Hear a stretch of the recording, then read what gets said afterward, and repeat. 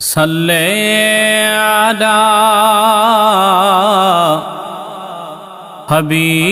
حبیبنا صلی علی محمد صلی علی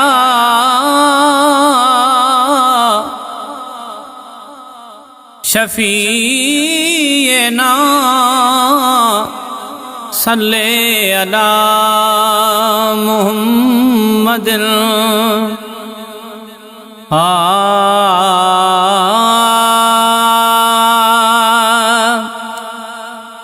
نڈ مٹھی تو کرے فٹی اتھی راضی کرے اللہ کے ذکر کر پہنجے خدا جو یاد کر اللہ کے نڈ مٹھی تو کر فٹی اتھی راضی کر اللہ کے او ذکر کر پہنجے خدا جو یاد کر اللہ کے نڈ مٹھی تو کر فٹی اتھی راضی کر اللہ کے نڈ مٹھی تو کر فٹی اتھی راضی کر اللہ کے او بانگ میں بانگے سڑی پر ننڈ کئی تو مٹھی ننڈ کئی تو مٹھی ننڈ کئی تو مٹھی او بانگ میں بانگے سڑی پر ننڈ کئی تو مٹھی ننڈ کئی تو مٹھی ننڈ کئی تو مٹھی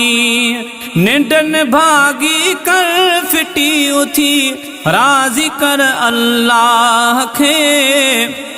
ننڈن بھاگی کر فٹی اتھی راضی کر اللہ کے ننڈ مٹھی تو کر فٹی اتھی راضی کر اللہ کے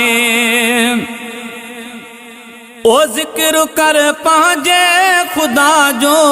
یاد کر اللہ کے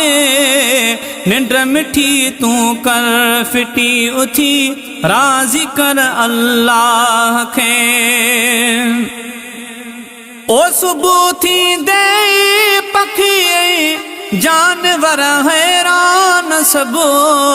جانور حیوان سب جانور حیوان سب او صبح تھی دے پکھی جانور حیوان سب جانور حیوان سب پیا پکارن رب پنجے کھے تو بھی سڈے اللہ کے پیا پکارن رب پنجے کھے تو بھی سڈے اللہ کے ننڈ مٹھی تو کر فٹی اتھی راضی کر اللہ کے او ذکر کر پہنجے خدا جو یاد کر اللہ کے ننڈ مٹھی تو کر فٹی اتھی راضی کر اللہ کے او موت جے ویجھو پگو جانو تو مردے ضرور جانو تو مردے ضرور جانو تو مردے ضرور او موت جے ویجھو پگو جانو تو مردے ضرور جانو تو مردے ضرور کون رہ دے نیٹھ مردے ریجھائے وٹھ اللہ کے او کون رہ دے نیٹھ مردے ریجھائے وٹھ اللہ کے ننڈ مٹھی تو کر فٹی اتھی راضی کر اللہ کے ننڈ مٹھی تو کر فٹی اتھی راضی کر اللہ کے او ذکر کر پانجے خدا جو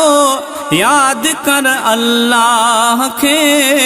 ننڈ مٹھی تو کر فٹی اٹھی راضی کر اللہ کے او قبر تھئی کاری اندھاری قبر میں رہ دے ضرور قبر میں رہ دے ضرور قبر میں رہ دے ضرور او قبر تھئی کاری اندھاری قبر میں رہ دے ضرور قبر میں رہ دے ضرور عمل عید اتے کم جمن سختی نہ تھی دے ساہ کے عمل عید اتے کم جمن سختی نہ تھی دے ساہ کے ننڈ مٹھی تو کر فٹی اٹھی راضی کر اللہ کے ذکر کر پانجے خدا جو یاد کر اللہ کے ننڈ مٹھی تو کر فٹی اٹھی راضی کر اللہ کے ننڈ مٹھی تو کر فٹی اٹھی راضی کر اللہ کے